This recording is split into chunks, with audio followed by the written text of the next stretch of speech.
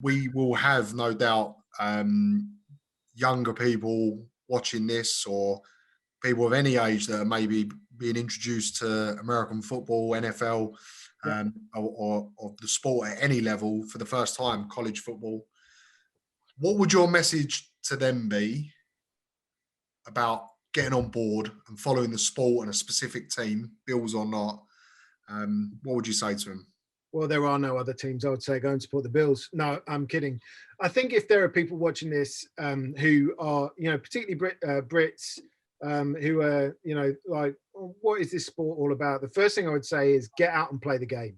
I mean, there are hundreds of teams across the UK who are there for kids and adults alike to go out and try the sport. And there is various levels for teams that could well be supplying players to American colleges, all the way down to teams that are fielding beginners and first timers.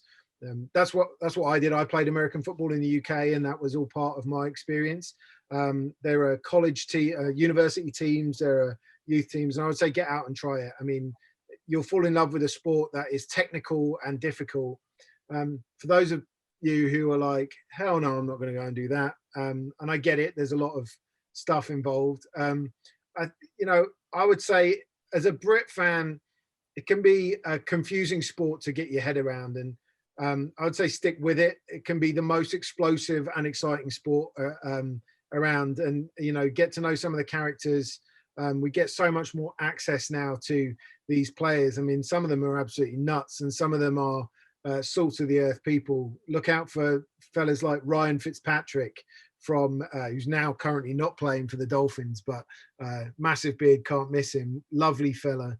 And he's the kind of character that you'd want to sit down and have a beer with. And then you've got these other stories of just giants of the game right now, Tom Brady and Drew Brees, perhaps on the tail end of their careers. I mean, we were saying the other day, what a time to be alive, where each week you're wondering which of the two players is going to break the all-time record for touchdowns.